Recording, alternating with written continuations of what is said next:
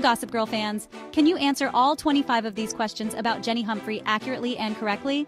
If so, you're a diehard Gossip Girl fan for real.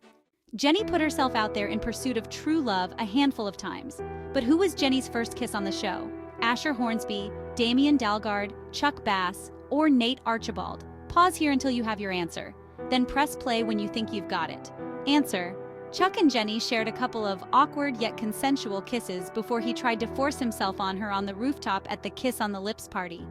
That was her first kiss on the show, way before she started dating Asher, Nate, or Damien. What were the names of Jenny's minions? Penelope, Caddy, and Hazel. Carmen, Jane, and Sawyer. Nellie, Eric, and Jonathan. Or Arabella, Tracy, and Dawn. Pause here until you have your answer, then press play when you think you've got it. Answer: Jenny's minions were named Carmen, Jane, and Sawyer. Hope you didn't mix them up with Penelope, Caddy, and Hazel, who were also minions, but they were Blair's minions.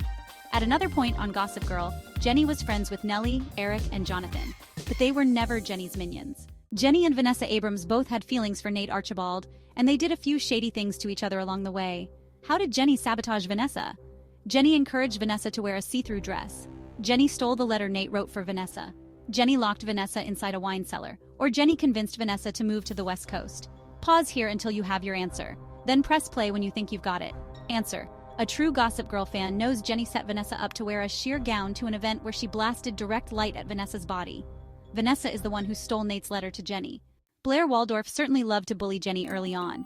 At which event did Blair set Jenny up to get arrested? Blair's annual sleepover, Hazel's birthday party, Blair's bachelorette party, or Lily and Bart's wedding? Pause here until you have your answer. Then press play when you think you've got it.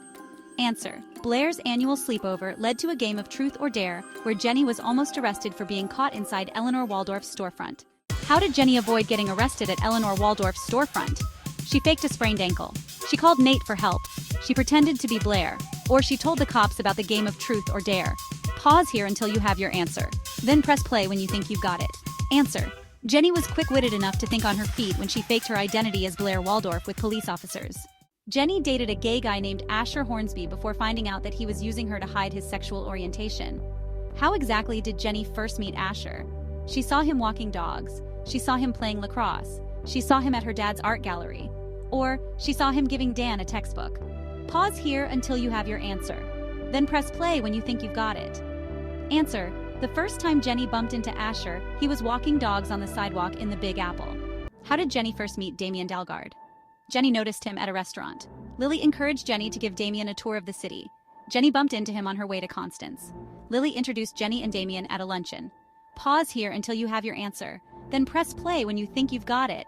Answer: The first time Jenny and Damien interacted was because Lily told Jenny to show Damien around New York City, since Lily knew Chuck would be too busy to do it. Jenny first met Agnes after they were both hired by Eleanor Waldorf. What job did Agnes have? Fashion designer like Jenny, seamstress, model, or personal assistant? Pause here until you have your answer. Then press play when you think you've got it. Answer: Agnes was a model for Eleanor when she initially struck up a friendship with Jenny. How did Jenny first meet Eric? Masquerade ball, Chuck's Victrola celebration, the White Party, or the Ivy League mixer? Pause here until you have your answer. Then press play when you think you've got it. Answer: Jenny and Eric first spoke to each other at the Ivy League mixer after Eric checked out of the Ostroff Center. How did Jenny first meet Serena? While shopping at Bergdorf's, in the hallway at Constance in front of Blair, when Serena and Dan rescued Jenny from getting attacked by Chuck, or when Jenny offered Serena an invite to the Kiss on the Lips party? Pause here until you have your answer. Then press play when you think you've got it. Answer: The first time Jenny and Serena interacted was when Jenny tried to offer Serena an extra invite to the Kiss on the Lips party while Serena and Blair were feuding. Nate temporarily moved into the loft with Jenny, Dan, and Rufus. What made Dan want to kick him out? Dan saw a sexual text from Nate to Jenny. Dan saw Nate kissing Jenny. Dan saw Nate spying on Jenny while she was changing. Or Dan saw Nate steal Jenny's underwear. Pause here until you have your answer. Then press play when you think you've got it. Answer: Dan saw Nate kissing Jenny and he felt betrayed by bro code. He instantly told Nate to get packing. Who did Jenny secure an interview with in Season 4 to further her fashion career? Tim Gunn, Gil Goldstein, Tom Ford, or Michael Kors? Pause here until you have your answer. Then press play when you think you've got it. Answer: While he was in the midst of feuding with Blair, Chuck helped Jenny land an interview with Tim Gunn. When Jenny attended Cotillion as a debutante, what color dress did she wear? Green, black, silver, or lavender? Pause here until you have your answer, then press play when you think you've got it. Answer. Jenny looked divine at cotillion in a black dress as she was presented to society with Nate as her date. Singing in the Constance Billard Choir was another passion for Jenny, along with fashion designing. Which song did Jenny sing with the group? Teenage Dream by Katy Perry, Love Story by Taylor Swift, Glamorous by Fergie, or The Climb by Miley Cyrus? Pause here until you have your answer. Then press play when you think you've got it. Answer. Jenny and the rest of the Constance Billard Choir sang Glamorous by Fergie. It was revealed that Jenny moved to a European city in season 5, even though there were no scenes of her there. Which city was it? London, Paris, Rome, or Athens? Pause here until you have your answer. Then press play when you think you've got it. Answer. Jenny moved to London to attend Central St. Martin's, and the show would have been more interesting if viewers had seen a scene or two of her there. What was Jenny's nickname on the Gossip Girl blog? Little J, Missy J, Baby J, or Sweetie J? Pause here until you have your answer. Then press play when you think you've got it. Answer. Anytime Gossip Girl blasts were published about Jenny, she was referred to as Little J. In a desperate attempt to fit in with her much wealthier friends, Jenny stole a dress from Hazel's mother's closet. What color was it? White, gold, black, or red? Pause here until you have your answer. Then press play when you think you've got it. Answer. The dress Jenny stole was red, and she was caught red-handed wearing it. How did Jenny earn quick cash when she was in a pinch during season 1? Selling drugs, selling seductive pictures, pawn shop sales, or writing essays for classmates?